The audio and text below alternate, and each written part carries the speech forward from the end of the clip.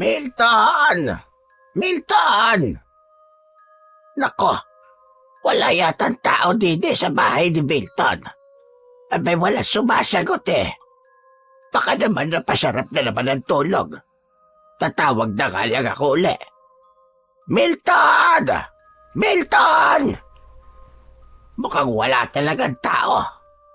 Ay nako, hindi bale. Uuwi ko na lang itong sinampalukang manok na ibibigay ko sana kay Milton. Sayang, hindi niya matitikman ang aking specialty. Nako, makauwi na nga lang. Ako na lamang ang uubos nito. Nagsawa na sa kakatawag si Aling Sebia sa kapitbahay niyang si Mang Milton dahil walang sumasagot. Kaya nagpa siya ang matanda na bumalik na lamang sa bahay niya. Subalit pagpali niya para umuwi ay siya namang dating ni Mang Milton galing sa kung saan. Muntik pa silang magkabungguan. Ganun na lamang ang gulat ni Aling Sebia. Kaya naman, ang dala niyang ulam na sinampalukang manok na nakalagay sa isang mangkok ay natapon sa muka ni Mang Milton. Aray ko! Aray ko ang init! Diyos ko naman! Naku po, pasensya na. Hindi ko sinasadya. Teka lang, at pupunasan ko ang mukha mo nitong saya ko. Yumuko ka! Dalian mo, Milton! Yumuko naman si Mang Milton upang mapunasan ni Aling Sebia ang mukha niya na natapunan ng mainit na sabaw ng sinampalukang manok. Kaya lamang ay bigla din siyang pinigilan ng matandang lalaki. Napangiwi pa ito at napasimangot dahil tila hindi nagustuhan ni Mang Milton ang kanyang naaamoy. Okay na! Ayos na ako, Sebia! Salamat na lang! Pero basa pa ng sabaw ng ulam ang pisngi mo. Ipupunasan ko. Hindi na. Salamat na lang. Okay na ako. Ikaw naman kasi, ba't mo ipinaligo sa akin yung sabaw na dala mong ulam? Dangang kasi, ginulat mo ko, Milton eh. Bigla ka sumulpot sa likuran ko. Buong akala ko pa naman nasa loob ka ng bahay mo at natutulog. Abay, kanina pa ako tawag dito at walang sumasagot. Pasensya na rin, Sebia. May pinuntahan kasi ako. Hayan tuloy. Nasayang yung ulam na ibibigay ko sana sa'yo. Natapon lang. Hindi bale. Salamat na lamang, Sebia. Kahit hindi ko natikman ang dala mong ulam. Sa tingin ko, masarap pa naman. Dahil kahit papano nalasahan ko. Nalasahan mo natapon nga. Di nga ba sa mukha ko natapon? Kaya nalasahan ko yung niluto mong paksiw. Anong paksiw ang sinasabi mo? Sinampalo ka nito. Hindi paksiw. Ay, ganun ba? Basta masarap. Kaya salamat dahil nag-abala ka pang hatiran ako dito sa aking bahay. Kung gusto mo, bibigyan na lang kita ulit.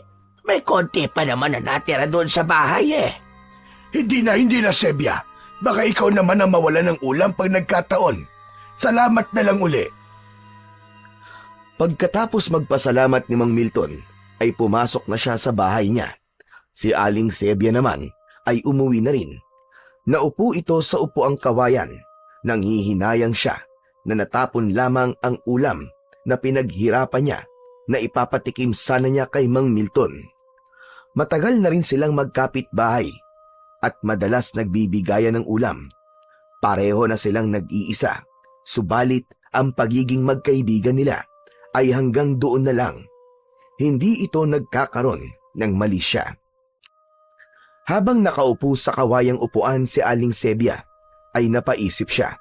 Dahil kaninang pinupunasan niya ang mukha ni Mang Milton gamit ang kanyang saya, ay tila napangiwi ito at parang hindi nagustuhan ang kanyang naaamoy. Hinawakan niya ang laylayan ng kanyang saya at sinubukang amuyin yun. Biglang namula ang kanyang muka. Nakaramdam siya ng pagkapahiya dahil hindi nga pala kagandahan ang amoy ng kanyang sayang suot. Mas maasim pa sa amoy ng paksiw at mapanghi din yun. Naku po, kaya naman pala hindi maipinta mukha kanina ni Milton. Nakakahiya sa kanya. Baka kung anong isipin niya, Ay, nako naman. Hindi bale. Babawi na lamang ako sa kanya sa susunod na araw. Magluluto na lang ako ng ibang ulam at bibigyan siya. Pero bago yon, titiyakin ko na mabango ang aking amoy. Samantala, dahil gutom si Mang Milton, nagprito na lamang ito ng itlog upang maging ulam niya. Kahit paano ay nanghihinayang siya sa ibinigay sanang ulam ni Aling Sebia. Kaya nga lang, dahil sa nangyari, ay nasayang lamang yun. Kasalanan din naman kasi niya, bigla na lang siyang sumulpot sa likuran ng babaeng kapitbahay.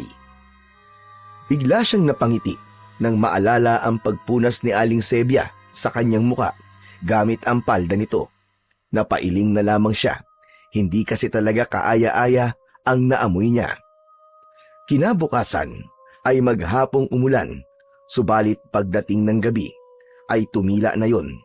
Yun ang sandaling pinakahihintay ni Mang Milton na huminto ang ulan dahil tiyak na magpipiesta ang mga palakang bukid. Panghuhuli ng mga palaka sa palayan ang isa sa pinagkakakitaan ng matandang lalaki. Ipinagbibili niya yon sa palengke o kaya naman ay inaalok niya sa mga dati na niyang customer. Inayos na niya ang mga kailangan dalin sa panghuhuli ng palakang bukid. Flashlight, isang basket na may takip na yari sa kawayan at dala rin niya ang kanyang itak para sa anumang hayop na maaaring umatake sa kanya. Maingay ang mga palaka nang marating niya ang palayan. Wala lang tanim na palay doon dahil katatapos lamang ng anihan. Kaya malaya siyang makakapanghuli ng palakang bukid na walang mapipinsalang pananim. Halos nangalahati ang basket na dala ni Mang Milton. Masaya siya dahil tiyak malaki-laki ang kanyang kikitain. Bukod doon ay may pang-ulam pa siya. Nag-iisa na sa buhay ang matandang lalaki. Balo na siya. May 5 taon na ang nakalilipas nang mamatay sa sakit ang asawang si Lumen. Hindi sila nagkaroon ng anak. Tinanggap na nila ang kapalarang yon. Naging malungkot si Mang Milton sa pagpanaw ng kanyang asawa. May nagbibiro nga sa kanya na mag-asawa na lang uli. Pero para sa kanya, sapat na yung isang asawa lang. Masaya na siyang alalahanin na lamang ang masasayang araw na kasama pa niya ang pinakamamahal niyang asawa na si Lumen. Papauwi na mula sa pangunguha ng mga palakang bukid si Mang Milton nang may marinig siyang tila umiiyak. Napahinto siya sa paglalakad. Nagpalinga-linga pa siya sa paligid upang hanapin ang pinanggagalingan ng naririnig niyang umiiyak. Lumapit siya sa isang madilim na lugar kung saan ay may malaking puno ng balete. Nakita niya roon ang isang babae na nakayuko habang umiiyak. Kinabahan si Mang Milton. Agad pumasok sa isip niya na baka isang aswang ang babaeng yon, kaya hinawakan niya ang puluhan ng itak na nasa kanyang bewang. Humanda daw talaga ang aswang na ito. Isang maling kilos lang ay may paglalagyan ito. Yun ang nasabi niya sa kanyang isip. Ineng! Ineng! Ayos ka lang ba? Abe, ano nangyayari sa'yo?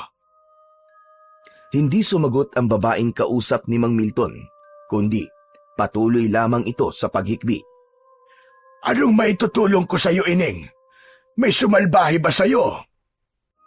Hindi pa rin siya pinapansin ng babae. Nakayuko pa rin ito at tila hindi siya naririnig. Kaya lalong kinabahan si Mang Milton. Ngunit kanina pa siya nakahanda sa kung anong maaaring mangyari. Dahil baliwala sa babaeng umiiyak ang ipinakita niyang pag-aalala at pagkabahala, kaya naisip ni Mang Milton na posibleng ito'y alagad ng dilim. Lalo na't mas piniling tumambay sa may puno ng balete, kaya nagpasya na ang matandang lalaki na umalis na lamang. Nakakailang hakbang pa lamang siya nang marinig niyang may tumawag sa kanya. Sandali lang po, Manong. Pakiusap. Huwag po muna kayong umalis. Napahinto sa paglalakad si Mang Milton. Bumalik siya sa kinaroroonan ng babae. Pasensya na po kayo kung di ako sumagot sa mga tanong niyo kanina. Hindi ko pa rin po kasi alam ang gagawin ko. Aba, ano ba nangyayari sa'yo? Kailangan mo ba ng tulong? Saka, taga saan ka ba? Galing po ako sa malayong lugar. Pero hindi na po ako maaaring bumalik. Natatakot po ako. Kung ganon, wala ka matutuluyan, ganon ba? Tama po kayo, wala nga po. Kaya nga po, hindi ko po alam ang gagawin ko. Kung okay lang sa'yo, maaari ka munang tumuloy sa bahay ko. Nag-iisa lang naman ako ron. Ho? Pero, Huwag kang mag-alala. Hindi ka dapat matakot, Ining. Mapagkakatiwalaan mo ko. At hindi ako masamang tao. Halika, tumayo ka riyan. Iniabot ni Mang Milton ang kanyang kamay sa babae. Humawak naman ito na tila nagpapatulong para siya makatayo. Inalalayan siya ng matanda. Nang makatayo na ang babae, nakita ni Mang Milton ang kalagayan nito. Buntis siya at marahil ay nasa 6 o 7 buwan na ang kanyang tiyan. Aba, buntis ka pala. opo. At hindi ko po alam ang gagawin ko. At kung saan po ako pupunta.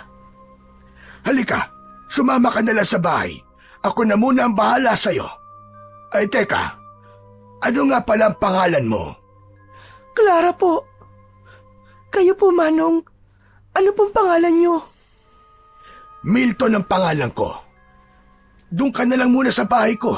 Mas ligtas ka doon kesa naman sa ganitong lugar. Ramdam ni Clara ang kabutihan ng puso ni Mang Milton, kaya agad ay nagtiwala siya sa matanda. Lumakad na sila papauwi. Medyo hirap sa paglalakad ang babae na tila may iniinda sa kanyang paa, kaya nakaalalay naman sa kanya ang matandang lalaki hanggang sa makarating sila sa bahay niya. Itinabi muna ni Mang Milton ang mga nahuli niyang palakang bukid sa isang lalagyan at bukas ng maaga niya dadalhin yon sa palengke upang dalhin sa suki niyang tindera.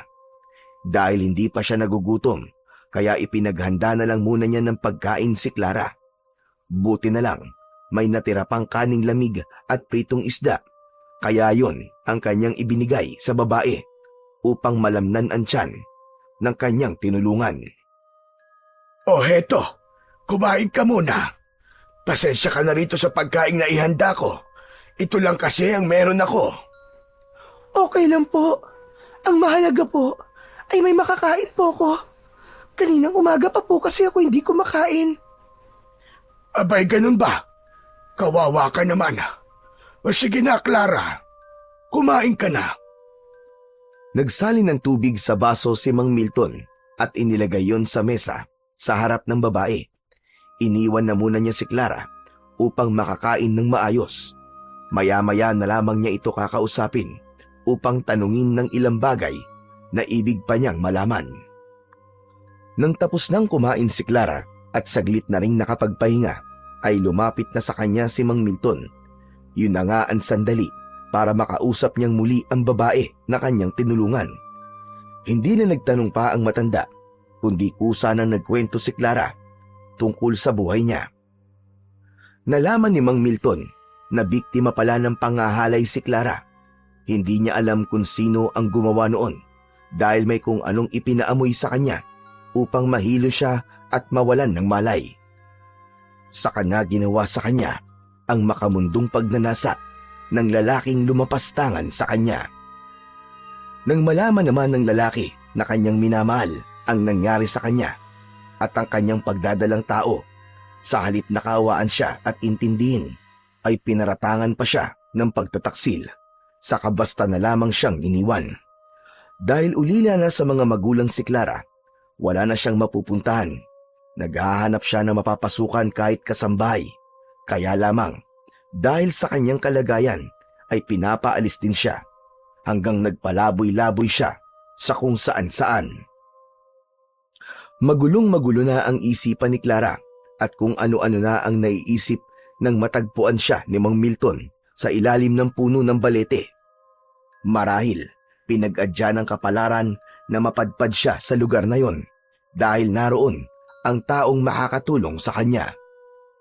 Panay ang agos ng luha ni Clara nang ikwento niya kay Mang Milton ang masaklap niyang kapalaran. Tapos na ang pagkikwento niya, pero hindi pa rin matapos-tapos ang pagpatak ng kanyang mga luha mula sa kanyang mga mata. Tama na, Clara. Tahan na. Huwag ka nang umiyak. Handa kitang tulungan. Salamat po. Maraming salamat po, Mang Milton. Nag-iisa na ako sa buhay. At marahil kung nagkaanak kami ng asawa ko, baka kasing edad mo siya. Nasaan po ang asawa niyo, Mang Milton? Ilang taon na siyang patay, Ining. Okay lang po ba talaga sa inyo na dumito na lang po muna ako? Oo naman.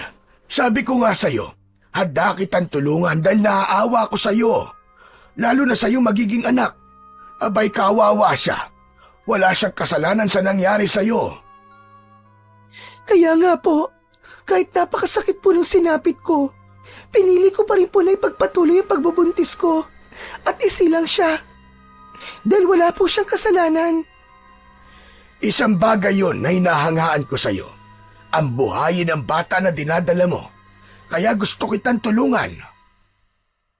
Mang Milton, pwede po bang itay na lamang po ang itawag ko sa inyo? Aba, oo naman. Mas ikatutuwa ko yon. Dahil hindi lang ako magkakaroon ng anak, kundi magkakaroon din ako ng apo. Totoo sa puso ni Mang Milton ang nadaramang kasiyahan na wala man ang kanyang asawa. Sa pagdating naman ni Clara ay alam niyang magkakaroon na uli siya ng isang bagong pamilya. Ngunit ang kabutihang ipinakita ni Mang Milton kay Clara ay tila kwinestyon ng kaibigan niyang si Aling Sebia. Aba, Milton, ako'y nagpapaalala lamang sa'yo, hane. Baka babaya ipagsisihan mo yung ginagawa mong pagtulong sa babaeng yan. Alam ko naman ang ginagawa ko, Sebia. Sabi mo nga, ay nakita mo siya na naroon sa puno ng balete, di ba? Paano kung masamang nilalang yan at may plano sa'yo ng masama? Ikaw talaga matanda ka. Abay kung ano-ano na lamang ang iyong iniisip. Milton, iba na ang panahon ngayon. Yung mga kampon ng kadiliman na yan, iba-ibang ginagawang paraan para makapambiktima.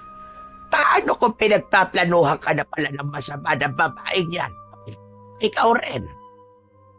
Sebia, salamat sa malasakit mo sa akin. Pero alam kong hindi gaya ng iniisip mo si Clara. Ako'y nagpapaalala lamang sa'yo dahil para din yon sa kabutihan mo. Ang naging pagkontra na yon ni Aling Sebia ay hindi naging lingid kay Clara. Kaya nga, nahihiya si Mang Milton kay Clara. Clara, narinig mo naman siguro yung mga sinabi kanina ni Sebia. Abe, pagpasensyaan mo na lamang ang matandang yon. Naiintindihan ko po siya, Mang Milton. Lalo na't matagal na po kayo magkaibigan. Nag-aalala lang po siya sa inyo. Tsaka, alam mo iya, sa ganda mong yan, pagkakamalang kanyang isang kampon daw ng kadiliman, aba pambihira naman talaga ang babaeng yon. Pinapatawa niyo naman po ako. Totoo ang sinabi ko sa iyo, Clara. Pero, hayaan mo na lang, huwag mo na lang pansinin si Sebia. Matagal ng pakialamero yun eh. Dinoble ni Mang Milton ang sipag mula nang dumating si Clara sa bahay niya.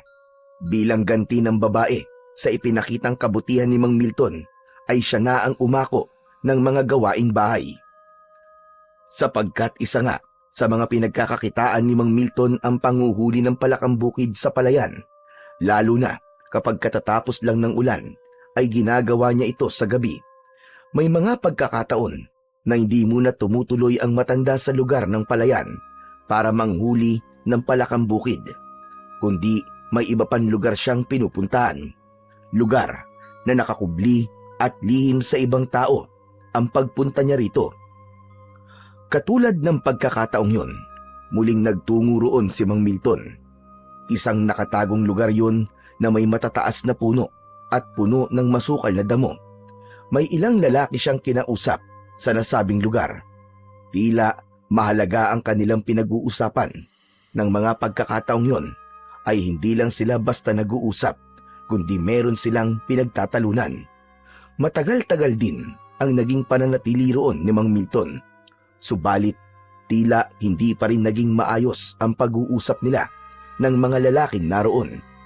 Kaya lang, iniwan na niya ang mga ito upang magtungo na siya sa pangunguha ng palakang bukid na kanilang ipagbibili kinabukasan. Wala namang ibang gagawin si Clara, kaya minsan ay sinasamahan niya si Mang Milton sa pagbibenta sa bayan. Itay, nabili po lahat ng dala natin palakang bukid. Kinulang pa nga. May mga naghahanap pa. Para kasing karning manok din ang lasa ng karning palakang bukid, Itay. At mas mura pa. Sana sa susunod na araw ay dapat mas marami akong mahuli para mas malaki ang kitain natin. Siya nga pala, Clara. Bago tayo umuwi, ay dadaan muna tayo sa tindahan ng mga damit. Bakit po, Itay? Para naman na madagdagan ang mga damit mo. Iilang piraso lang kasi. Okay na po sa akin yung mga lumang damit ng asawa nyo. Maayos pa naman po. Pero lumang-luma na ang mga yun. Kailangan mo yung bago para kapag may pupuntahan ka, may maayos ka namang maisusuot. Saka, bibili na rin tayo ng ilang gamit ng magiging apo ko. 1 buwan na lamang manganganak ka na, hindi ba? Nakakahiya naman po kasi sa inyo, Itay Milton. Ay nako, hindi ka na dapat mahiya sa akin. Saka di ba, tatay mo ko at apo ko yung isisilang mo. Kaya ang gusto ko sa apo ko ay meron siyang magagandang damit paglabas niya. Sige po, Itay. Kayo po ang bahala. Maraming salamat po ulit sa inyo. Hindi na kumontra pa si Clara sa gusto ni Mang Milton. Wala pa naman ang kanyang anak ay ramdam na niya ang pagmamahal dito ng matanda. Kaya alam niya ngayon pa lang na napakapalad ng kanyang anak dahil may makakagisnan na yung lolo. Si Mang Milton ang pumili ng mga kailangan ni Clara sa panganganak. Nag-iipon na sila ng gamit para bago pa magsilang ang babae ay kumpleto na ang mga kailangang gamit. Lumipas pa ang mga araw hanggang sa sumapit na nga ang pagsisilang ni Clara sa kanyang anak. Ano? Ano bang nararamdaman mo, Clara? Sobrang sakit na po ng tiyan ko, Itay Milton. Parang manganganak na po yata ako. Aray! Aray ko! Sandali. Huwag ka munang manganganak. Tatawag lang ako ng hilot. Sandali lang, Clara. Bago pa tumawag ng hilot si Mang Milton, ay inayos na niya ang higaan ni Clara. Saka nagmamadaling lumabas ng bahay ang matanda upang puntahan ang hilot na may 1 kilometro rin ang layo mula sa bahay niya. Bago pa dumiretso sa bahay ng hilot si Mang Milton, ay sumaglit siya sa bahay ni Aling Sebia. Nakiusap na tignan si Clara habang hindi pa siya dumarating. Pumayag naman si Aling Sebia sa pakiusap ni Mang Milton. Pinuntahan niya si Clara. Hindi ko na po kaya, Aling Sebia. Lalabas na po yata ang sanggol. Aray ko! Nako, wag na muna, Clara. Hindi naman ako kumatrona. Paano ba ito? Hindi ko rin alam ang gagawin ko. Dahil hindi naman ako nagkaroon ng anak. Hindi ko na po talaga kaya. Isang mahabang ire ang pinakawalan ni Clara. Lumabas ang sanggol, kaya natataranta si Aling Sebia sa dapat niyang gawin. Pero kailangan niyang tulungan ang nanganganak na si Clara. Kumuha siya ng lampin at binalot doon ang sanggol. Naku po, Milton, nasan ka na ba? Bakit wala ka pa? Ang tagal-tagal mo naman. Lumabas na ang apo mo. Aling Sebia! Aling Sebia! Ano po ang anak ko? Lalaki, Clara. Isang malusog na sanggol na lalaki ang anak mo. lalaki po ang apo ni Itay Milton. Jack na matutuwa si Milton nito. Alam kong lalaki ang gusto niyang maging apo. Aling Sebia, gusto ko na pong matulog. Pagod na po ako. Teka, sandali lang, Clara. Huwag ka na munang matulog. Bawal ka pang matulog. Mamaya na lang. Saka darating na ang Itay Milton mo kasama ang kumadrona para asikasuin itong anak mo. Antok na po ako, Aling Sebia. Hindi ko na po kaya. Hindi na napigilan ni Clara ang antok at pagod, kaya ipinikit na niya ang kanyang mga mata. Nako po, natulog na nga. Wala pa rin tigil ang pag-iyak ng sanggol na nakabalot sa lampin at kalong-kalong ni Aling Sebia. Paano ba ito? Hindi ako marunong mag-alaga ng bata. Tigil na, baby. Tahan na. Darating din ang lolo Milton mo.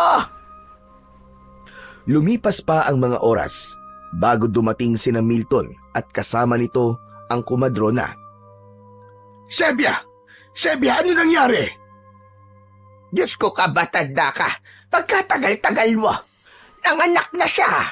Heto ang apo mo. Salamat naman at tumigil din sa pag-iyak. Abay, hindi ko na talaga alam ang gagawin ko.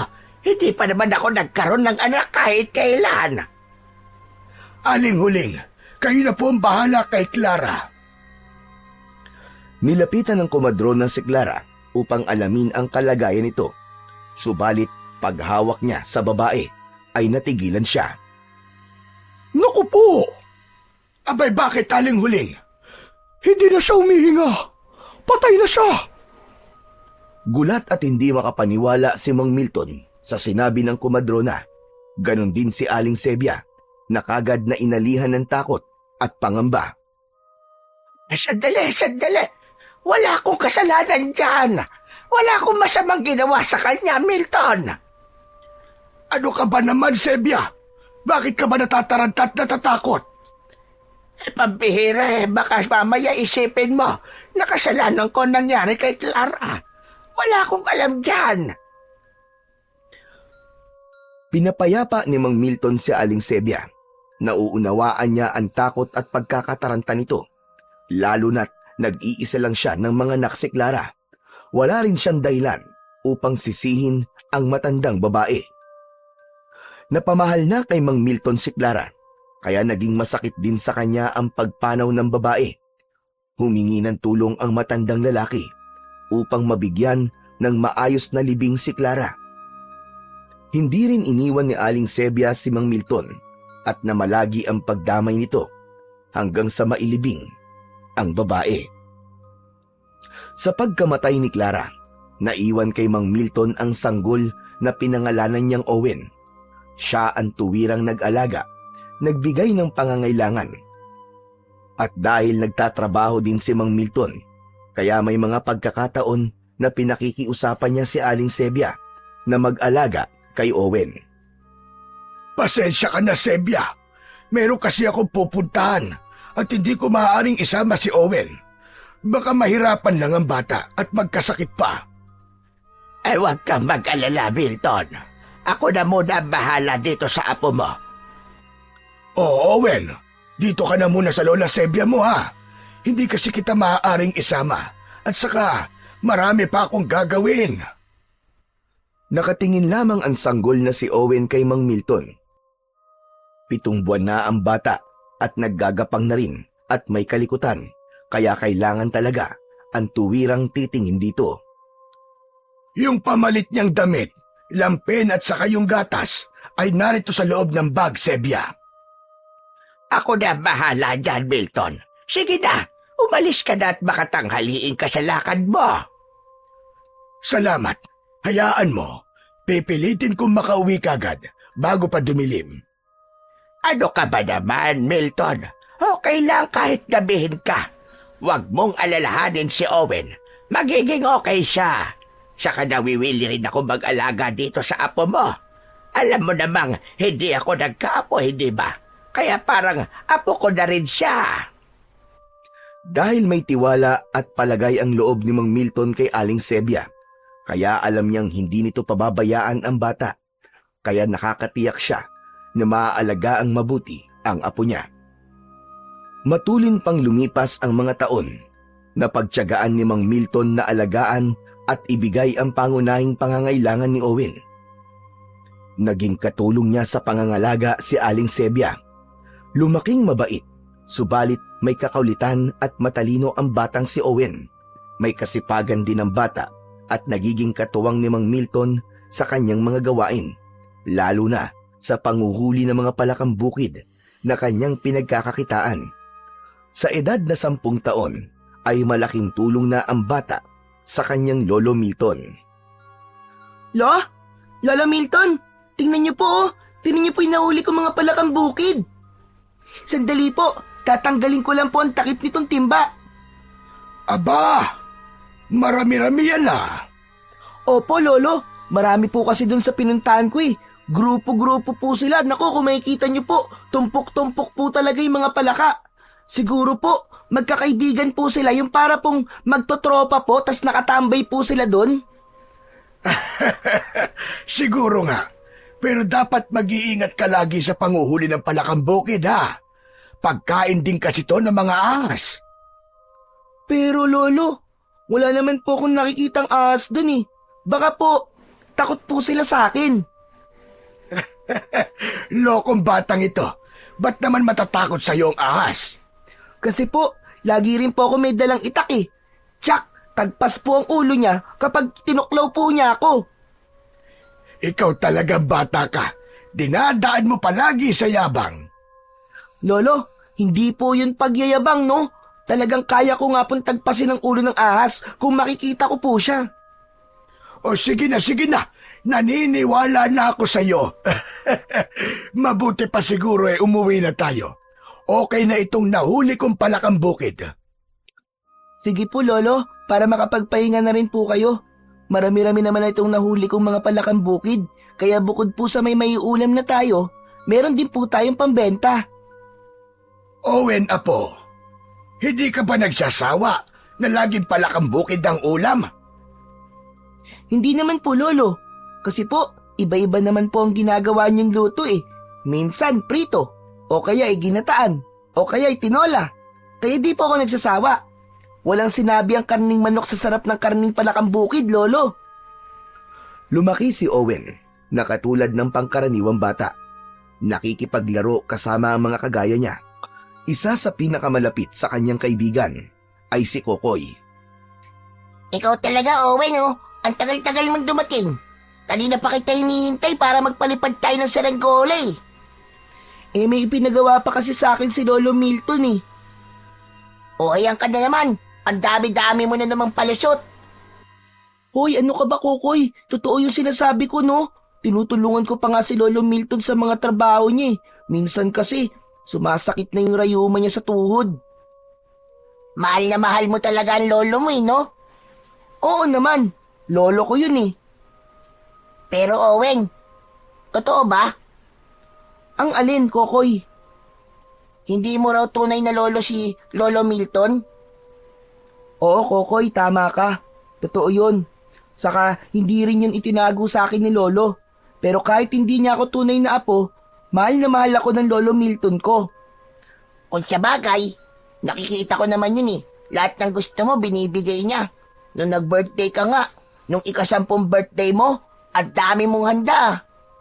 Oo, madami talaga. Daming handang pritong palakang bukid. Ayos nga yun eh. Ang sarap nga eh. Ang dami ko kayong nakain ng birthday mo. Eh malakas ka naman talagang kumain eh. Kaya nga, ang taba mo na, Kokoy eh. Hoy, grabe ka naman sa akin. Malusog lang ako, Owen, no? Tara na nga, magpunta na tayo sa may burol. Mas malakas ang hangin doon para makapagpalipad na tayo na saranggola. Dami-dami mo nakikita.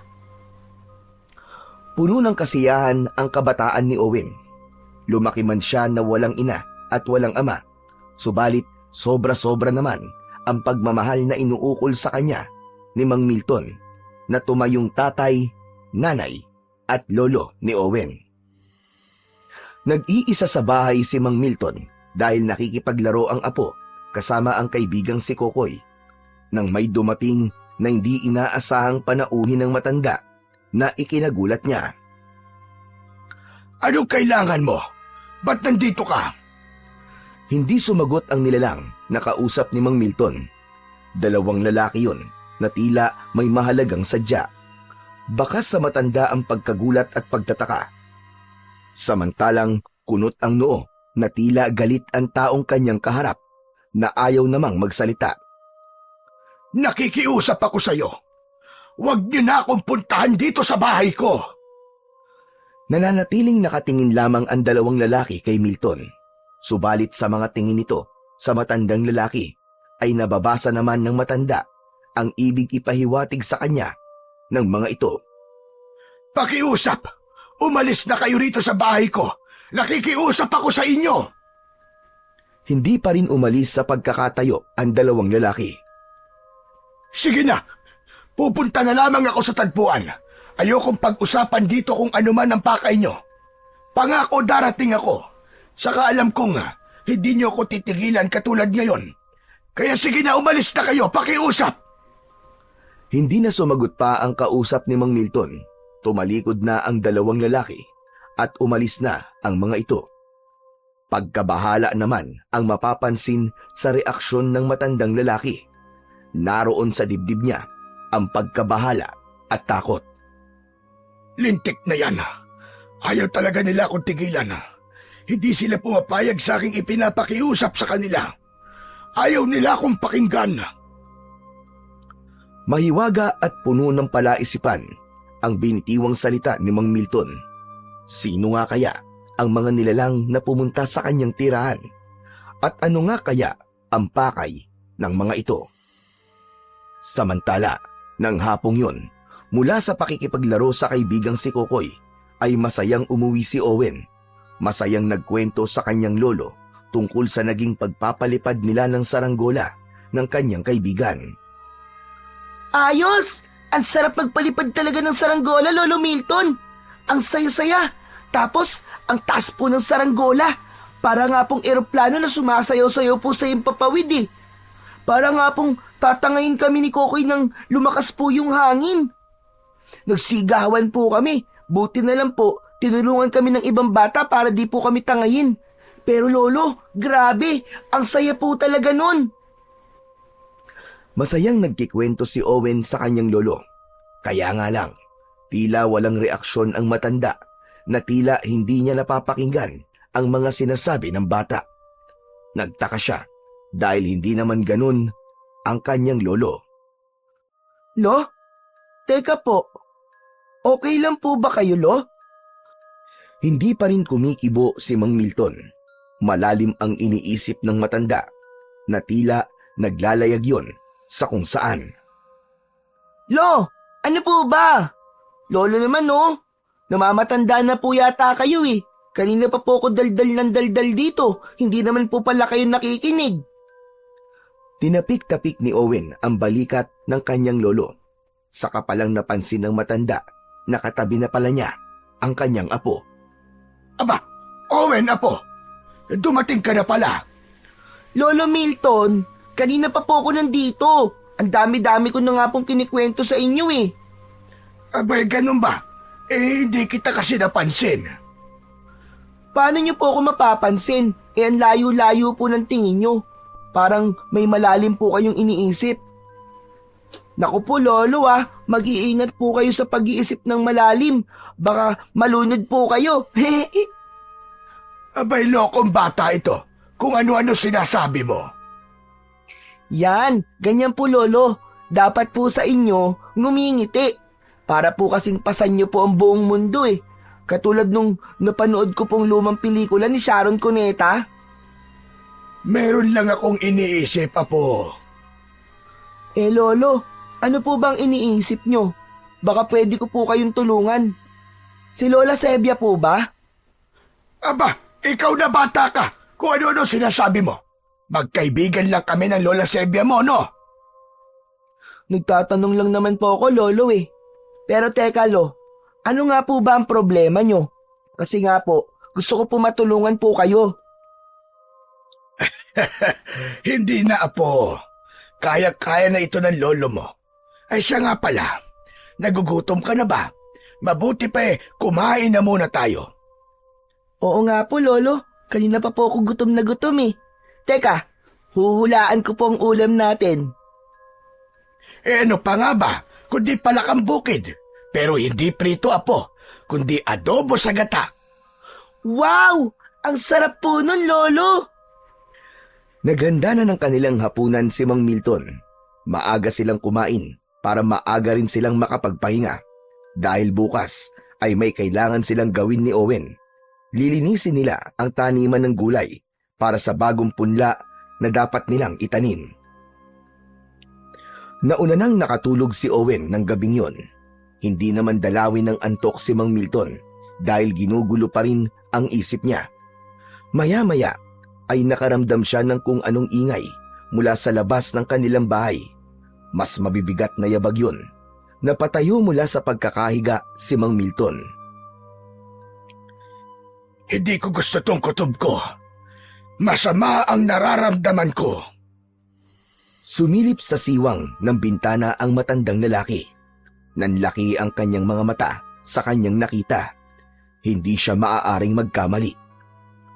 Gusto talaga nilang manggulo. Hindi talaga sila titigil. Nagtungo na sa likod ng pintuan si Mang Milton. Kinuha niya mula sa pagkakasabit sa dingding ang isang buntot ng pagi.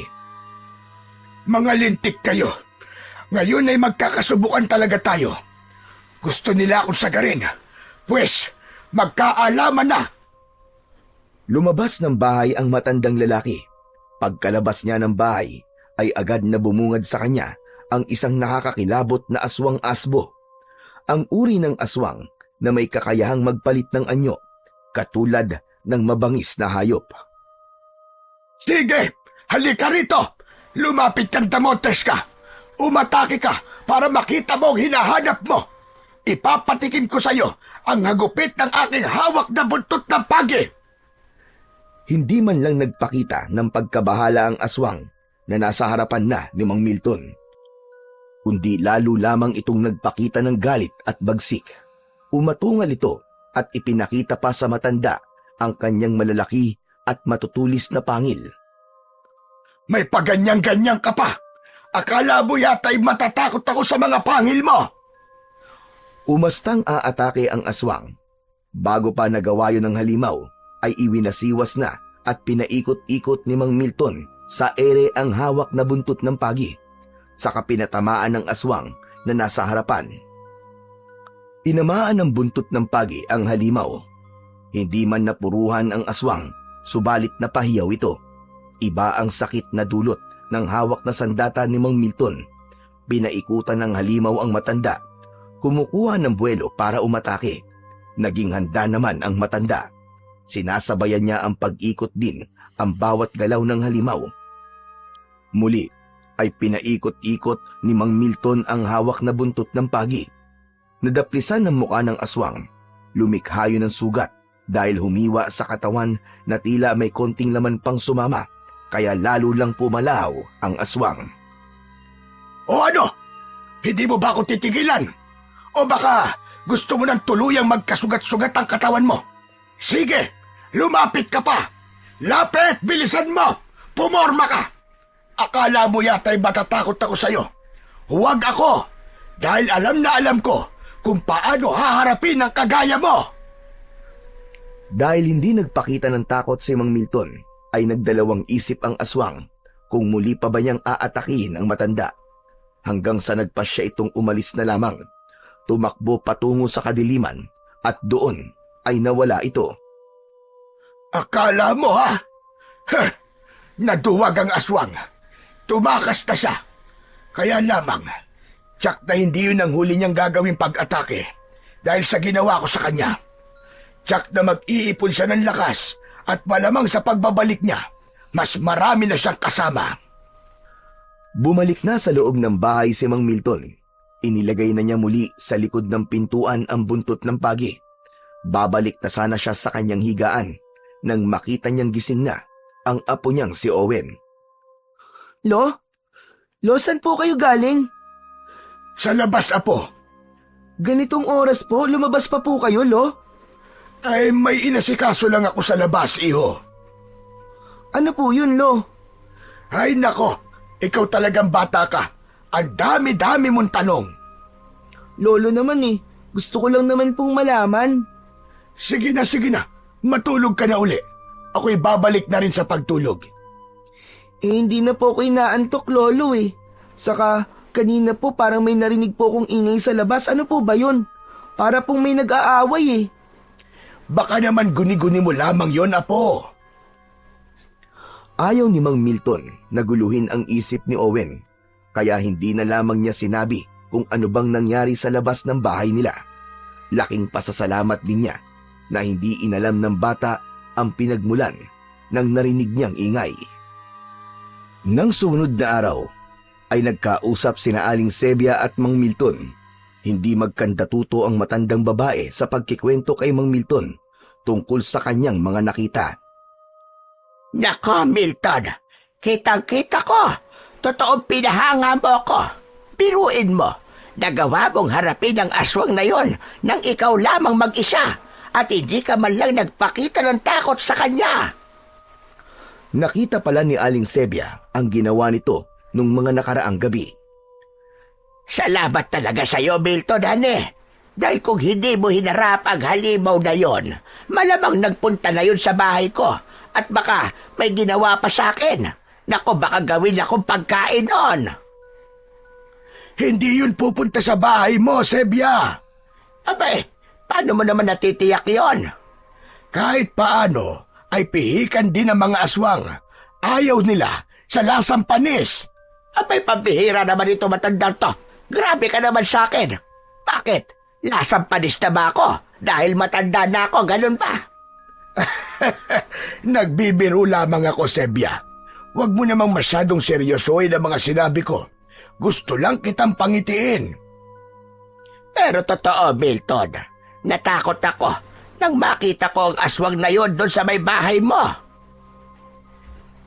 Hindi ko rin inaasahan ang bigla niyang pagsalakay sa bahay ko.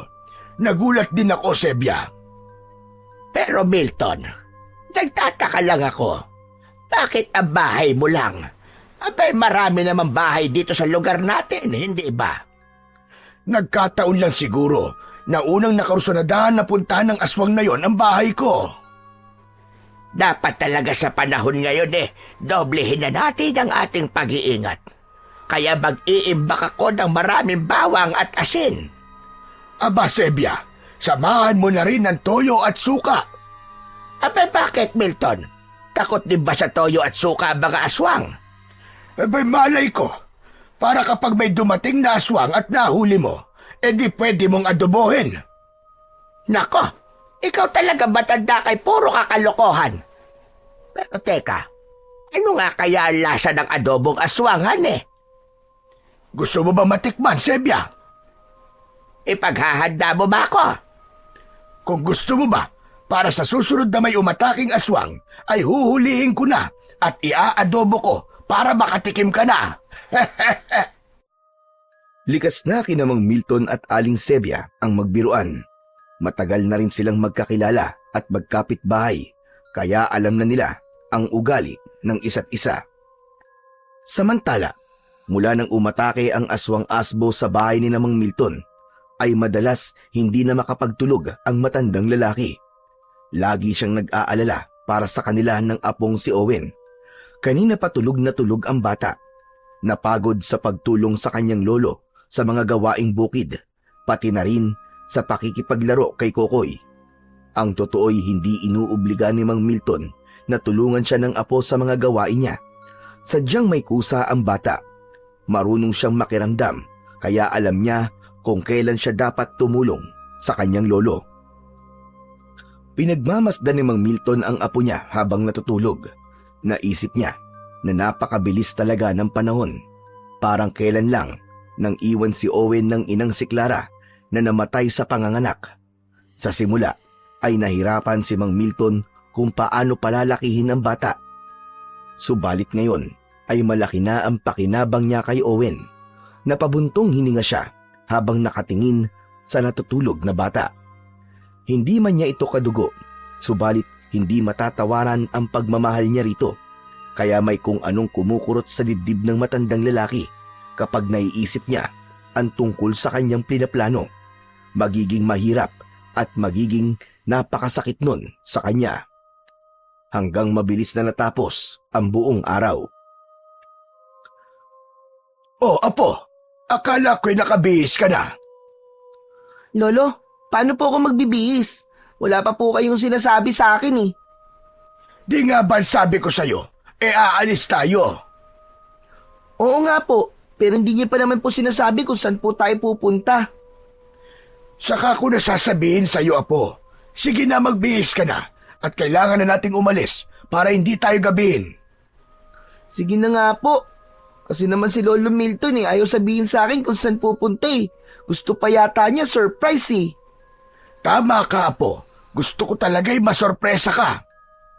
Siguro po may pupuntahan tayong party no. Gusto ko po yun, Lolo. Ayos po yun. Tapos maraming handang pansit, ice cream at saka cake.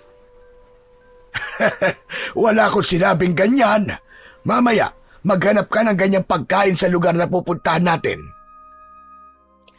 Tinulungan na lamang ni Mang Milton ang apo upang makapagbihis ito, upang mapabilis ang pag-aayos ng bata. Ilang saglit pa ang lumipas at nakahanda na si Owen. May nakausap ng tricycle si Mang Milton na naghatid sa kanila sa bayan.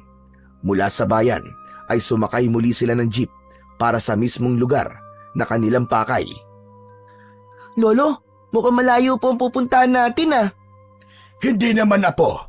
Sakto lang. Lolo, saan po ba talaga tayo pupunta?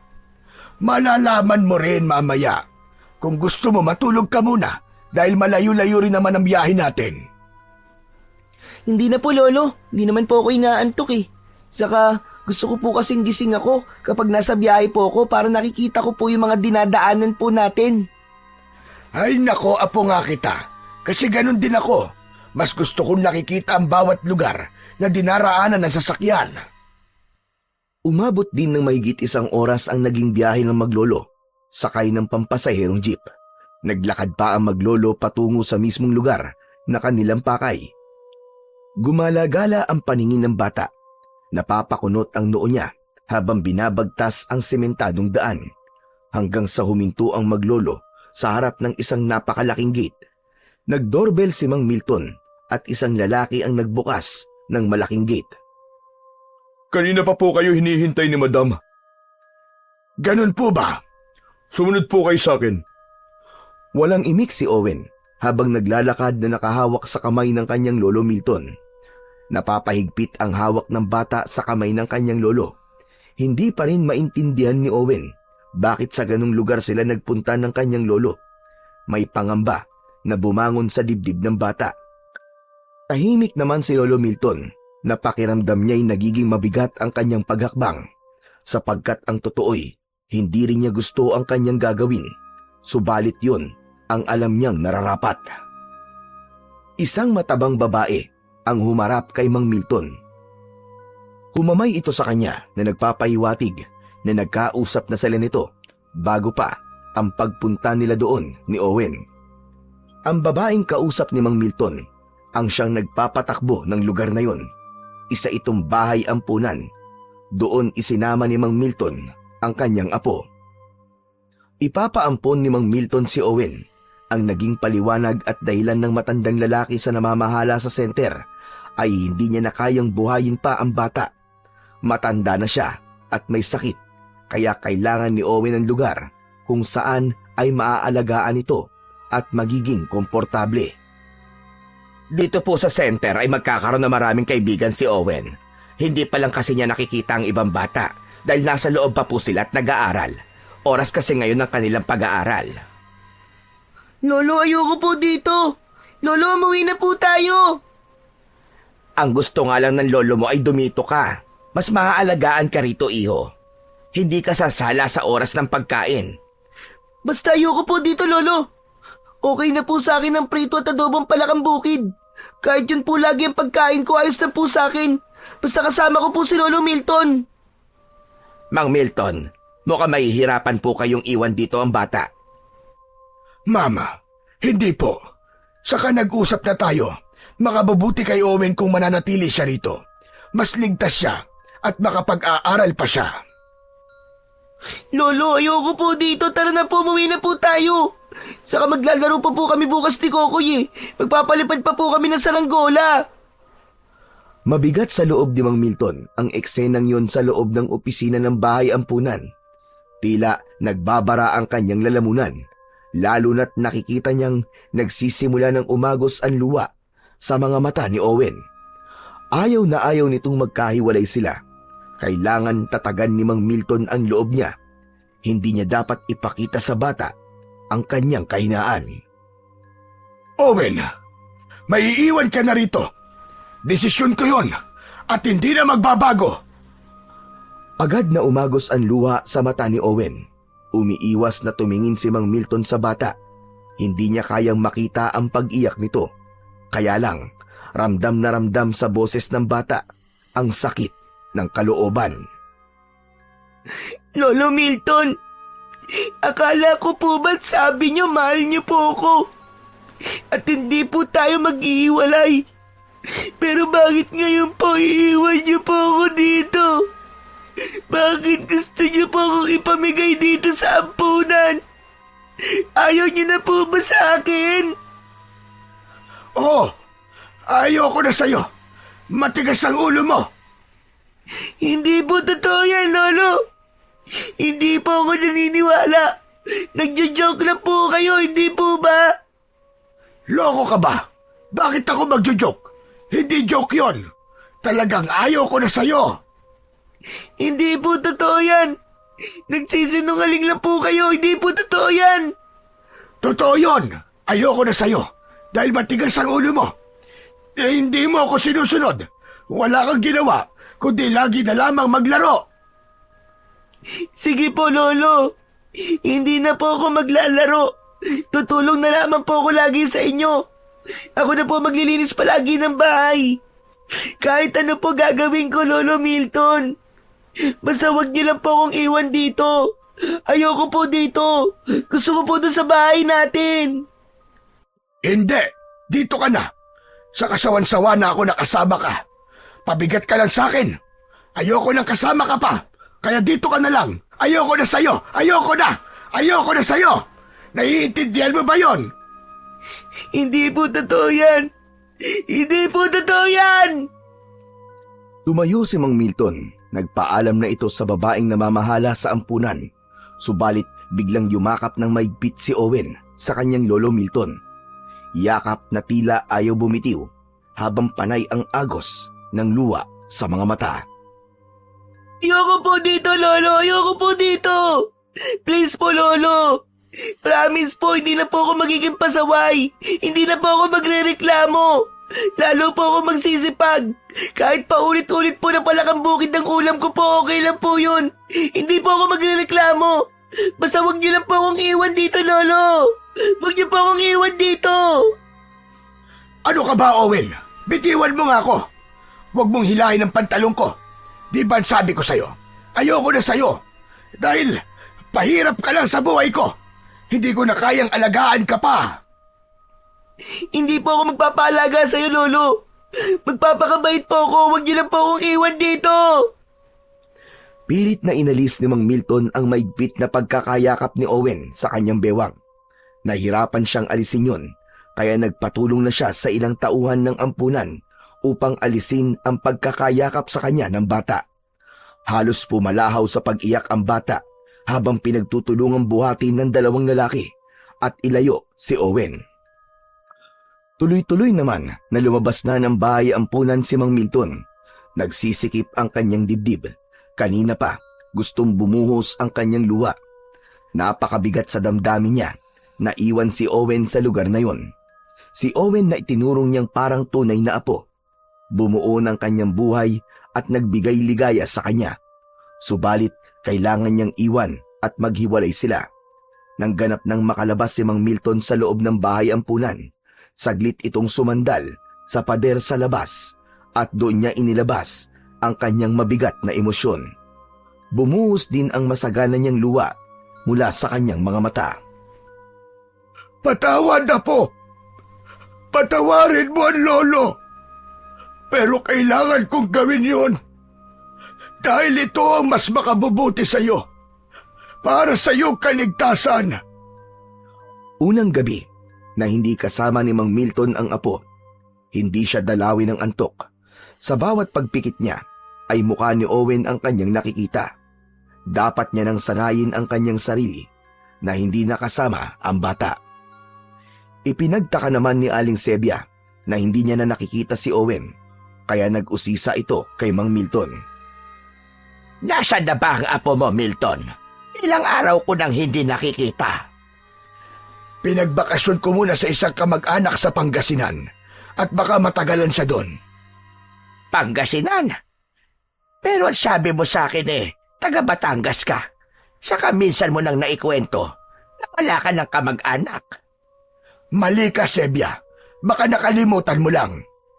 Milton, nasan nga ba si Owen? Makulit ka rin Sebia. Ang sabi ko nga, nagbakasyon sa bahay ng isang kamag-anak ko. Hindi ako naniniwala sa'yo. Dahil kung nagbakasyon lang yon, ay bakit hindi ka kasama? May mga kailangan akong gawin dito. Kaya siya lang ang naroroon. Inihatid ko lang siya. Milton, may problema ka ba sa apo mo? Ano ba naman tanong yan, Sebia? Saka kung ayaw mo akong paniwalaan, bahala ka. Tinalikuran na ni Mang Milton si Aling Sebia. Napakunot na lamang ang noo ng matandang babae.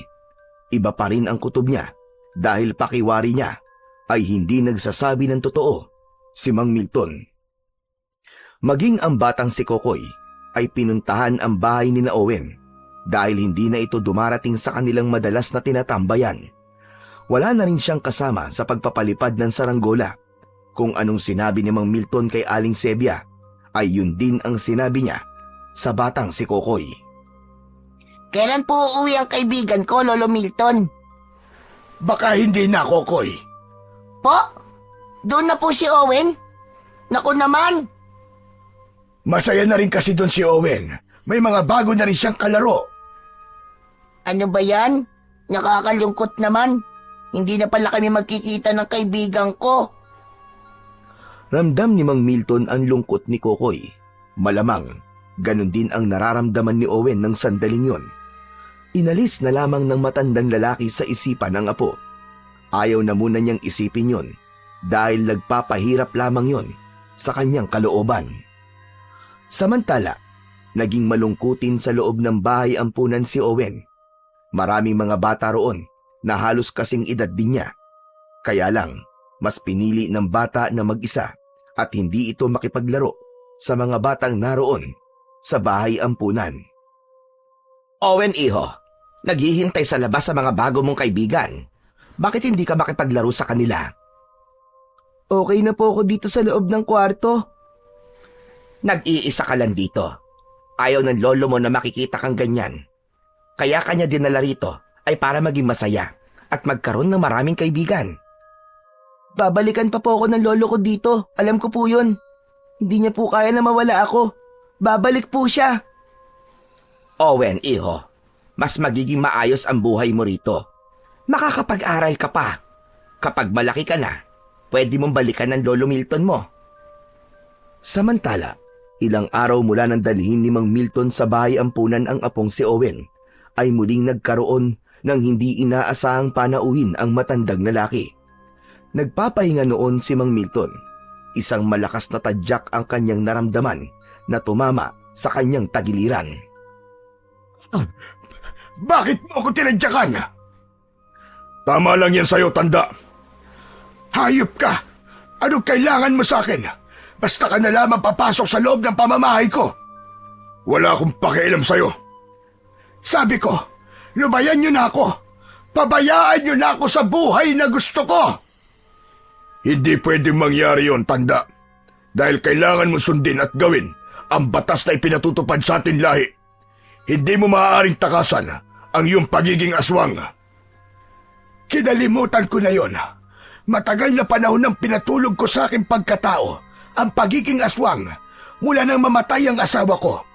Dahil yun ang ipinangako ko sa kanya. Naiiwan ko na ang dati kong masamang ginagawa at magbabago na ng tuluyan.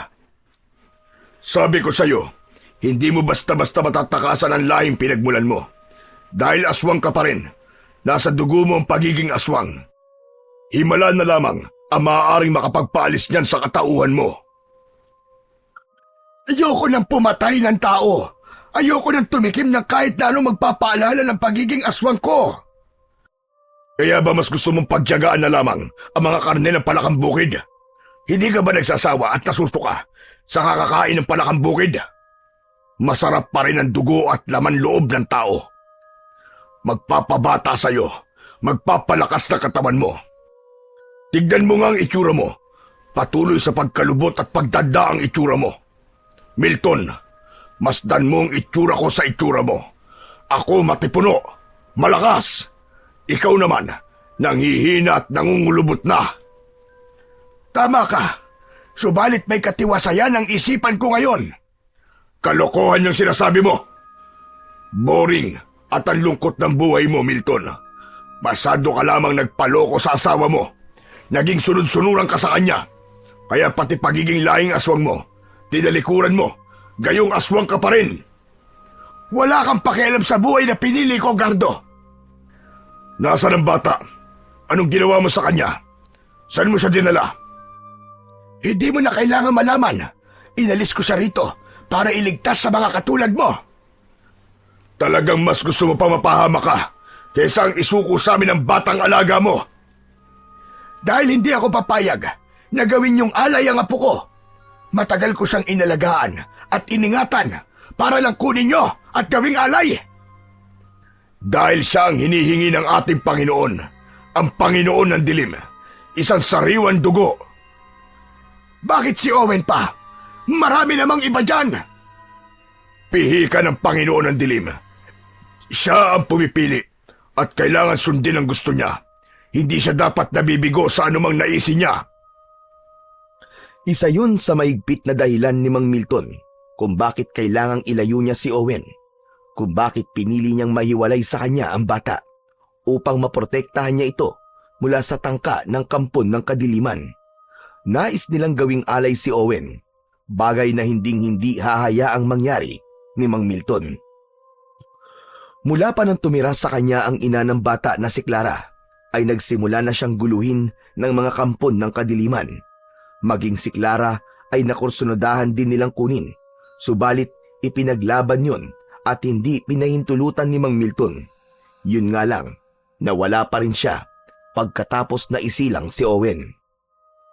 Bukod sa nais gawing alay si Owen na mga kampon ng dilim, ay hindi rin kaya ni Mang Milton na ipaalam sa kanyang apo ang tunay niyang katauhan, ang pagiging isa niyang aswang-asbo. Lalong hindi rin niya gustong isalin sa bata ang kanyang pagiging aswang, dahil alam niya kung ano ang hirap na maaaring pagdaanan. Nawawala ang kapayapaan, nagiging alipin ng kasamaan, at laging may ligalig ang buhay. Ilan lamang yon sa ayaw niyang maranasan at mangyari sa kanyang apo, kaya kahit napakasakit sa kanya, ay pinili niyang ilayo na lang si Owen, sapagkat ang hangad niya para sa bata ay isang normal at tahimik na buhay.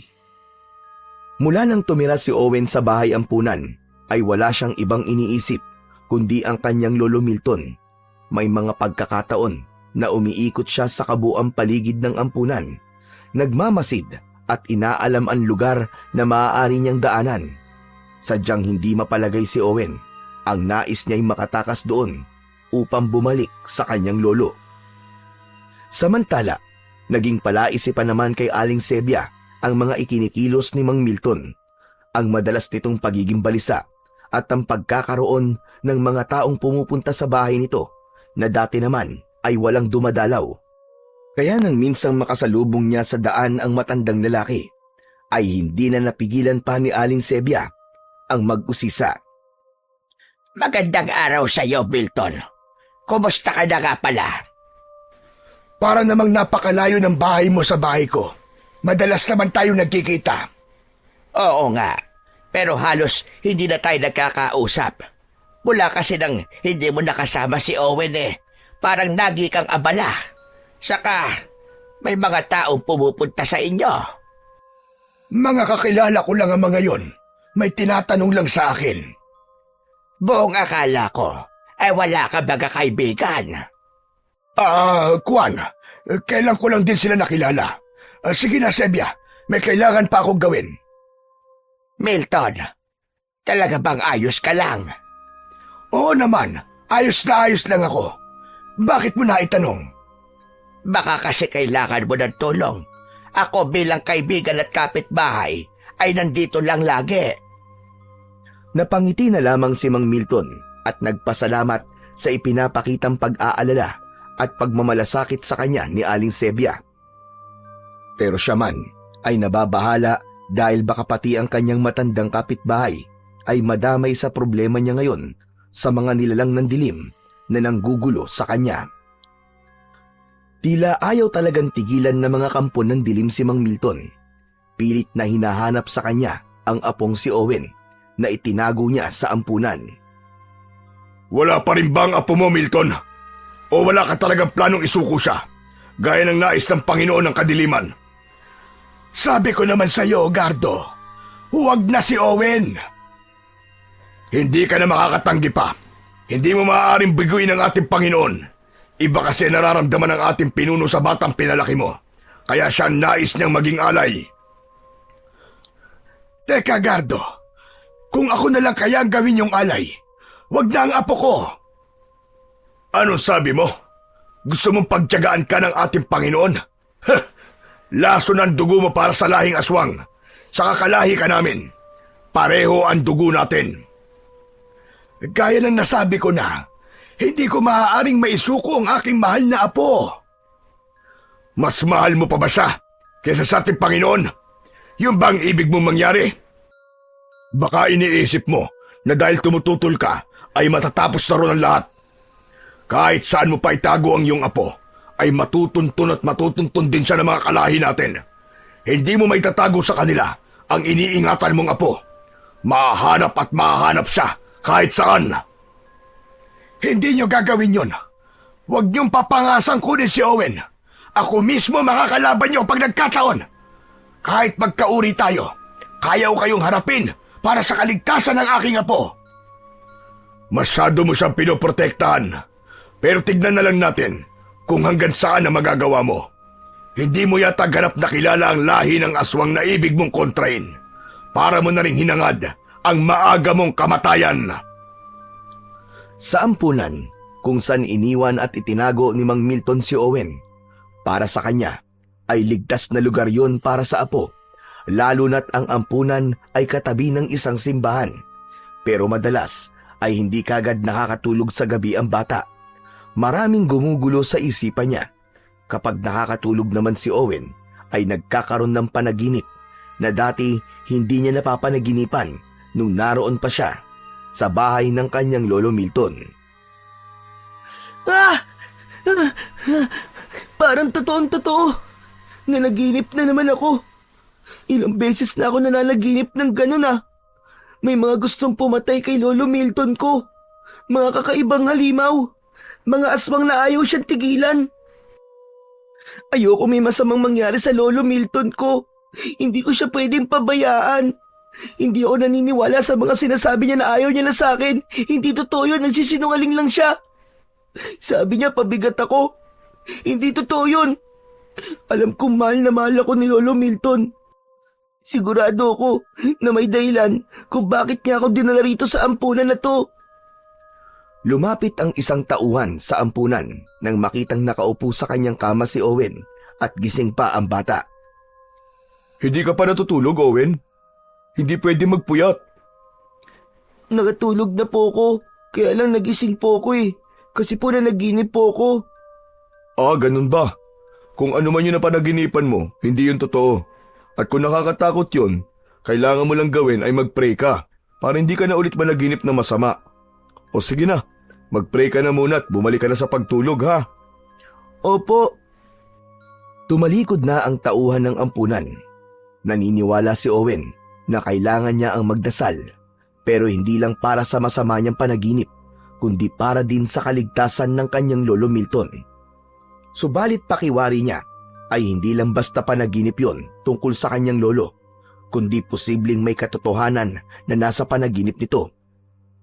Hindi na dinalaw pa ng pagkakaantok si Owen ng gabing yon, sapagkat tulog na rin ang halos lahat ng mga tauhan sa ampunan, pati ang mga katulad niyang bata na naroon. Nagpasya itong bumaba sa kanyang kama. Marahan ang bawat pagakbang patungo sa pinto. Ibig lumabas ni Owen, at kung magkakaroon siya ng pagkakataon, ay tatakas na rin siya. Sa paglabas ni Owen, ay ganoon na lang ang kanyang pagtataka nang makarinig siya ng kakaibang ingay mula sa labas ng gate ng ampunan. Kakaiba ang mga ingay na yon. Nagdulot yon ng kilabot sa bata. Nais ni Owen na alamin ang pinagmulan ng ingay, kaya sumilip siya sa labas ng gate ng ampunan. May maliit na butas doon na maaaring makita ang sinumang nasa labas. Ganun na lamang ang gulat at agad na kinalibutan si Owen nang makita ang ilang halimaw na nasa harapan ng gate na tila naghihintay ng pagkakataon upang makapasok sa loob. Naku po, hindi ako maaaring magkamali. Mga aswang na nasa labas nitong ampunan. Bakit may aswang na nakarating dito? Hala, anong gagawin ko? Kung gigisingin ko ang mga tauhan dito sa ampunan, baka kung anong mangyari sa kanila. Pero hindi dapat makapasok sa loob ang mga aswang. Kaya lang, anong gagawin ko? Paano ko haharapin ang mga nakakatakot na aswang na to?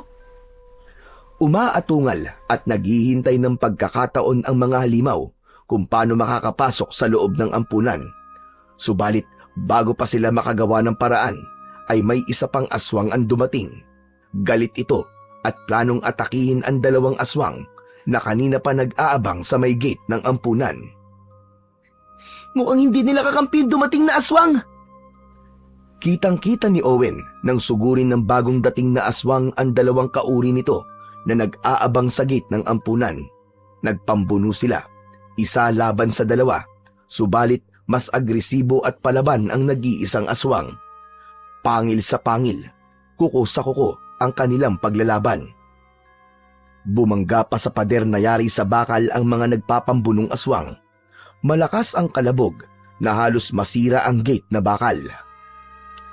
Kapwa sugatan ang mga halimaw, ang kanilang laway ay nagkalap at tumutulo na tila pagod na sila sa kanilang naging sagupaan.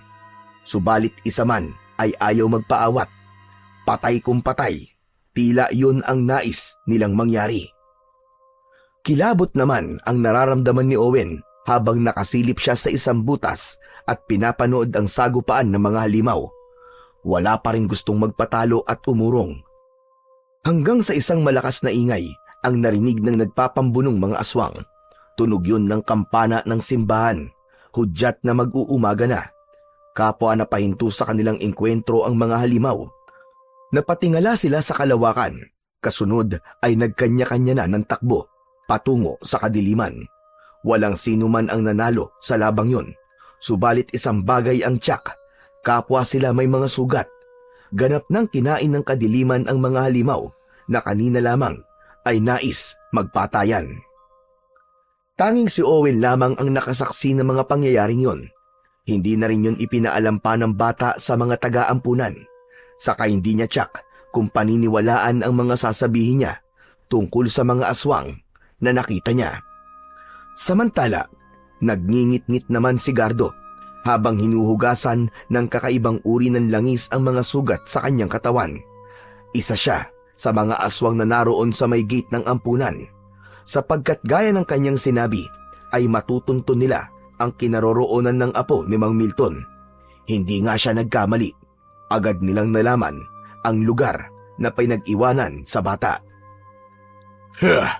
Sa bahay ampunang yun, naroon nga ang apo ni Milton. Ang batang kailangan namin makuha para maging alay sa aming Panginoon. Kaya lamang, napurnada dahil sa pakikialam ng isang aswang na kauri din namin. At hindi ako maaaring magkamali na si Milton ang aswang na yon. Siya ang umadlang upang hindi kami magtagumpay na makuha ang bata. Pero hindi pa kami tapos. May iba pang pagkakataon. Ang mahalaga ay tiyak na namin kung nasaan ang bata.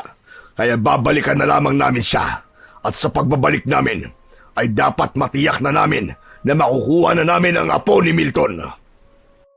Sa lugar ni Mang Milton ay muntik na siyang mapamura nang biglang sumulpot sa likuran niya at nagsalita si Aling Sebia. Ano ka ba naman, Sebia? Nanggugulat ka naman. Ikaw naman hindi ka pa nasanay sa akin, Milton.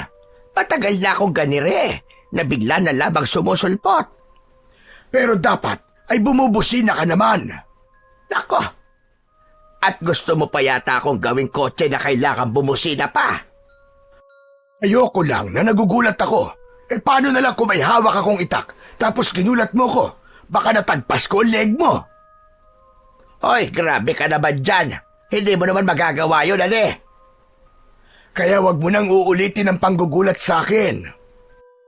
Eka, ano ba nangyari sa'yo at may mga sugat ka, Milton?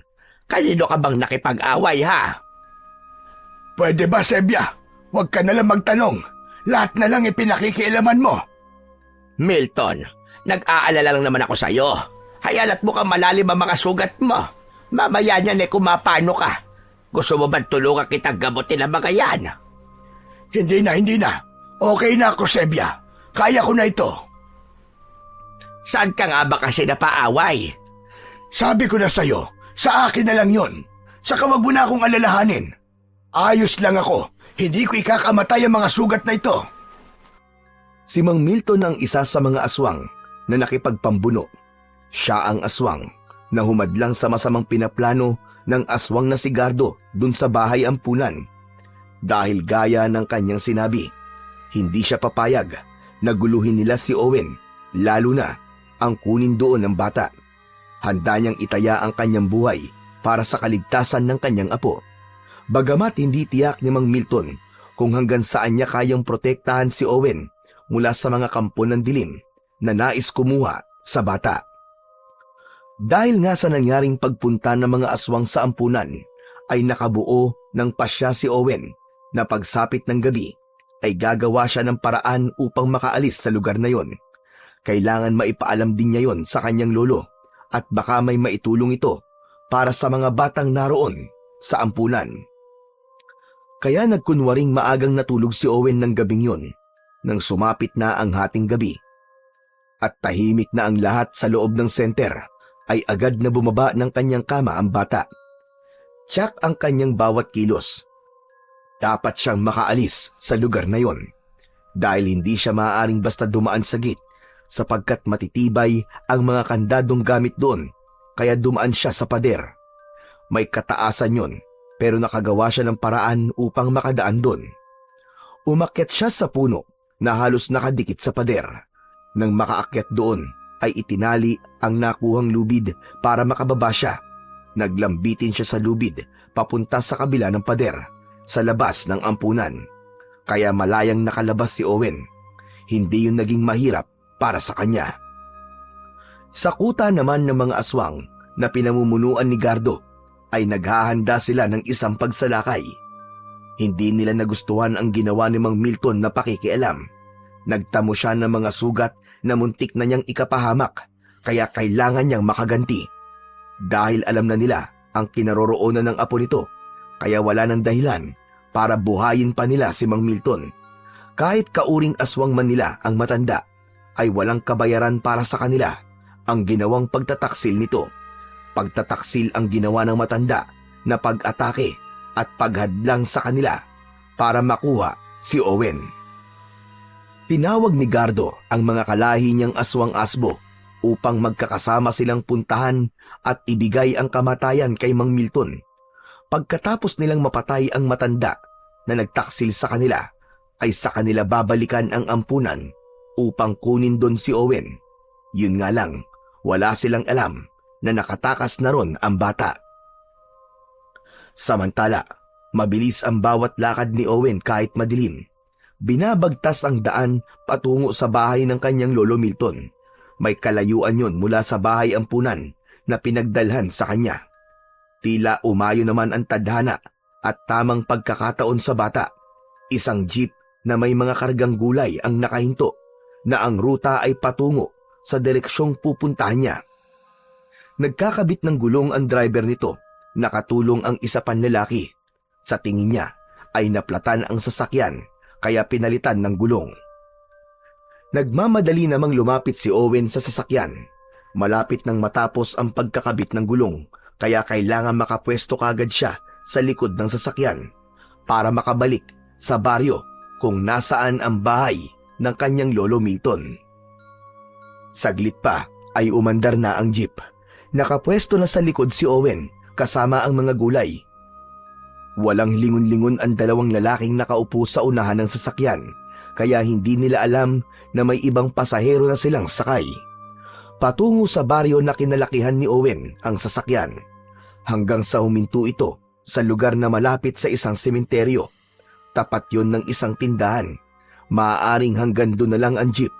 Nang bumaba ang dalawang lalaki, ay mabilis ding bumaba ang bata. Lalakarin na lamang ni Owen ang pagpunta sa bahay ng kanyang lolo Milton dahil malapit na yon.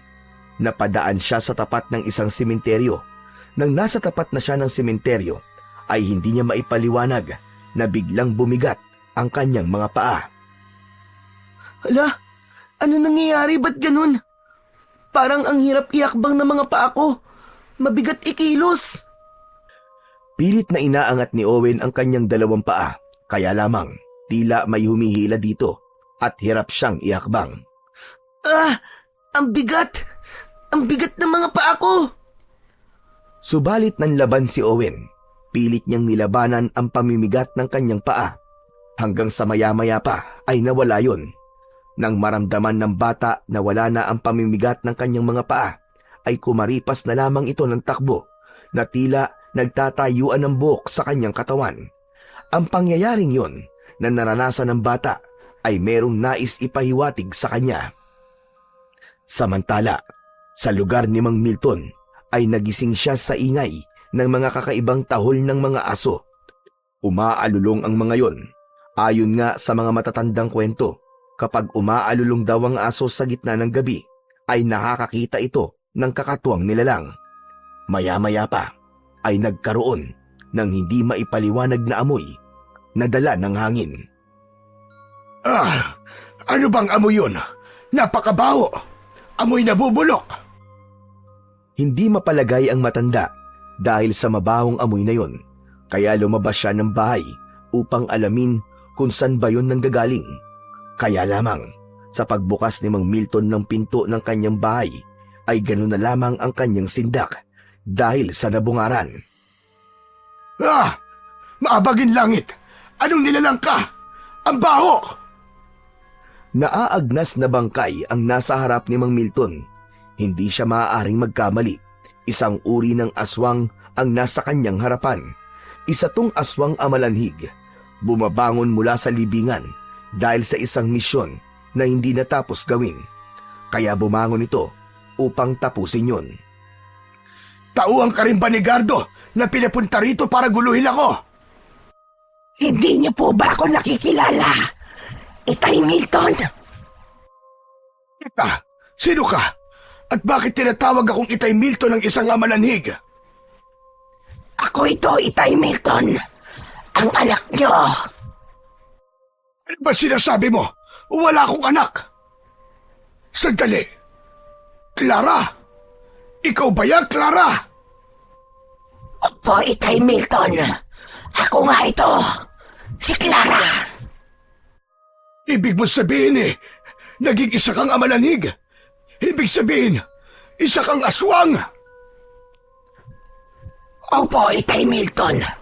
Isang lihim na aking itinago sa inyo na nakamatayan ko na. Dahil ang nais ko'y iwan na rin ang ganong uri ng pagkatao. Subalit hindi madali. Pero pilit kong pinaglalabanan para sa aking katahimikan. Teka, bakit ka nagbalik? Anong dahilan? Para sa anak ko. Kailangan niya ang tulong ko ngayon, Itay Milton. Dapat ko rin maipasa sa kanyang taglay kong bertud na nasa loob ng aking katawan. Kailangan maibigay ko sa kanya para magkaroon na ako ng kapayapaan upang tuluyan na ako makatawid sa lugar na gusto kong puntahan na ikatatahimik ng aking kaluluwa. Clara, ano bang bertud at sinasabi mo? Mula sa naaagnas na katawan ay may dinukot si Clara sa loob ng katawan niya. Ito, Itay Milton. Ang puting batong ito, ang bertod na tinutukoy ko. Mutya ng punong banaba. Makatutulong ito sa aking anak, lalo na kung may mga kampon ng kadiliman na nanggugulo sa kanya. Tama ka. Ginugulo nga ako ng mga masasamang aswang at nadamay si Owen. Sadyang madadamay siya. Dahil anak ko si Owen, kaya di ako magtataka. Nangangarim ng kampon ng dilim na maging alay ang aking anak. Tama, Clara. Ganun nga ang nais mangyari ng mga kampon ng kadiliman. Kunin mo na ito, Itay Milton, para sa iyong kaligtasan. Ang bertud ding ito, ang dahilan kung bakit nagawa kong labanan ang pagiging aswang ko. Kaya namuhay ako nang hindi ko ginamit ang kasamaan dulot ng aking pagiging aswang. Kunin mo na ito, Itay Milton. Sa tingin ko, ikaw ang masigit na nangangailangan nito para sa kaligtasan ng aking anak. Hinuha ni Mang Milton ang puting bato na sinasabing bertud. Pagkakuha ng matandang lalaki ay tumalikod na si Clara at lumakad ito papalayo. Habang naglalakad ito ay unti-unting nalalaglag ang mga bahagi ng nabubulok na laman ni Clara hanggang sa tuluyang maubos ito at tila nalusaw.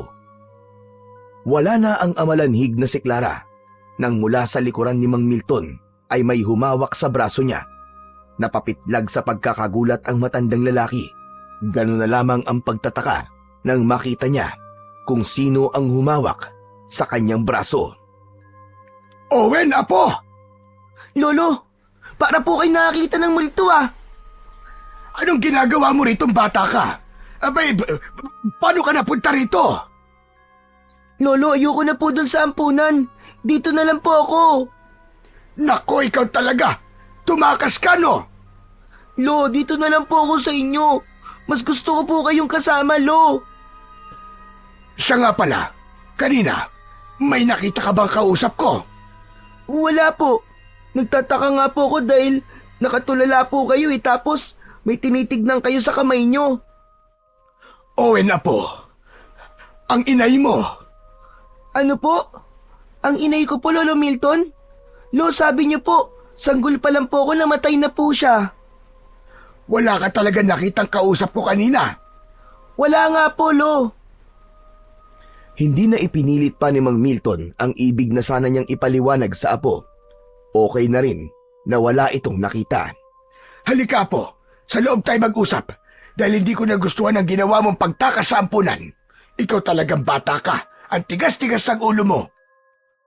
Kasi po, Lolo, kaya rin po ako tumakas doon sa ampunan para humingi po ng tulong sa inyo.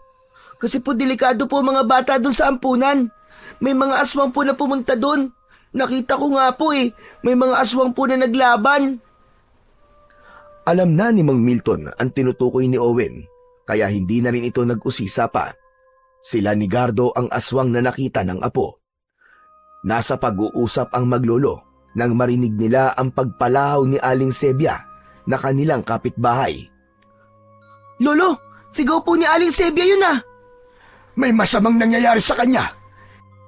Hindi yun sisigaw ng ganun kalakas kung walang nangyayari. Nagmamadaling lumabas ng bahay ang maglolo. Kailangan nilang tulungan si Aling Sebia. Agad nilang nakita na napapaligiran ng mga aswang asbo ang bahay ng matandang babae. Tama ang naging kutob ni Mang Milton. Pati na ang kapitbahay niyang si Aling Sebia ay idadamay ni Gardo sa gagawin nilang paghihiganti. Lolo, ang daming aswang! Humanda ka, apo. Tayo ang talagang pakay ng mga yan. Ano, Lolo? Tayo po! Oo, kaya halika na sa loob ng bahay. May kailangan tayong kunin doon para harapin ang mga aswang na yan. Nauna na si Mang Milton na nagmamadaling lumakad patungo sa kanilang bahay. Nakasunod naman si Owen na nasa isip pa rin ang pagtataka. Kinuha ni Mang Milton ang itak niya na ginagamit sa pagkatay sa mga palakang bukid, samantalang ang ibinigay naman niya kay Owen ay ang buntot ng pagi. Apo, alam mo ba na gamitin ito?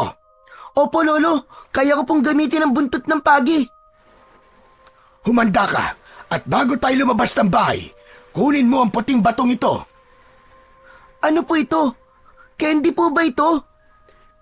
Higit pa sa candy yan, Apo. Sige na, isubo mo na. Kailangan mo yan, Apo. Lalo na't kailangan nating harapin ang mga aswang. Isubo mo na, bilisan mo. Walang nagawa si Owen dahil sa pagmamadali, kundi ang isubo ang puting bato na isang bertud. Taglay nito ang mutya ng Banaba, ayon sa nanay ng bata na bumangon mula sa libingan. Naubo na tila nasamid pa si Owen pagkalunok sa puting bato. Handa ka na ba, Apo?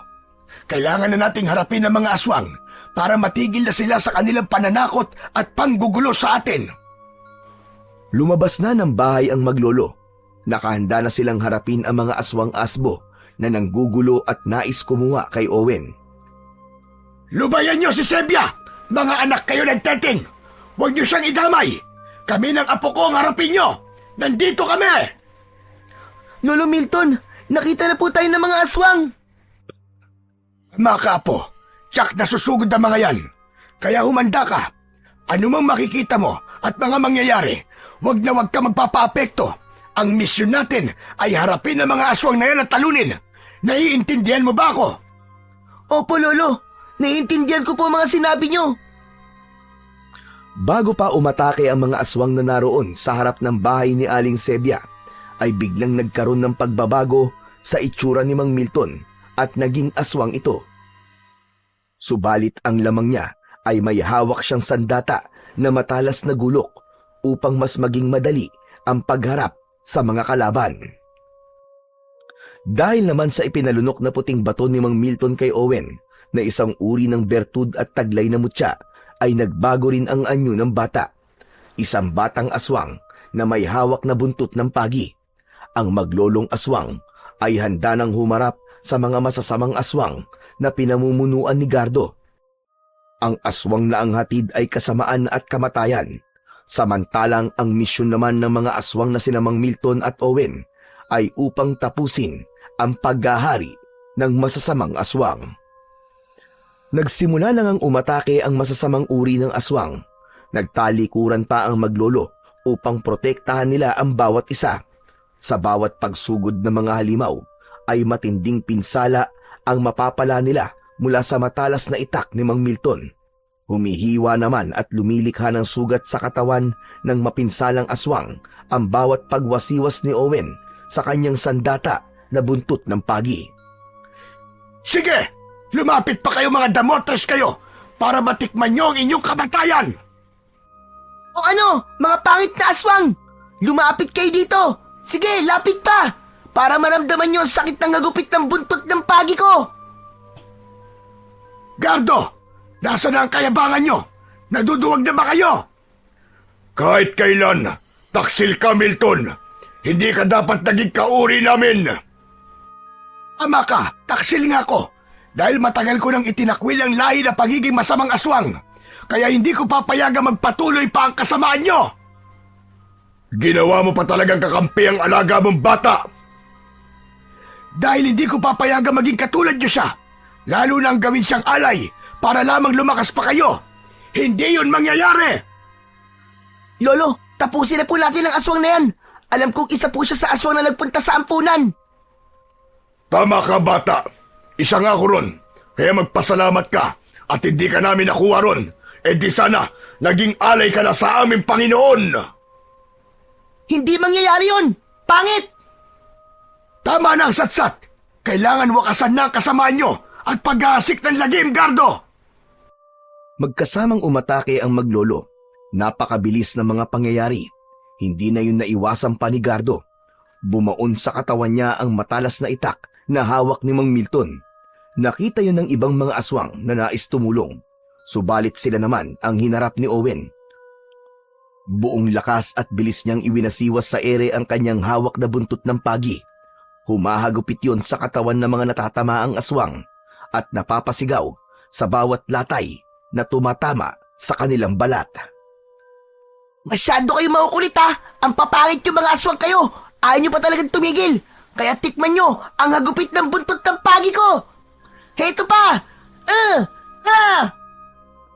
Wari naglalaro na lamang si Owen at tuwang-tuwa sa paggamit ng buntot ng pagi na lumalatay sa katawan ng mga halimaw.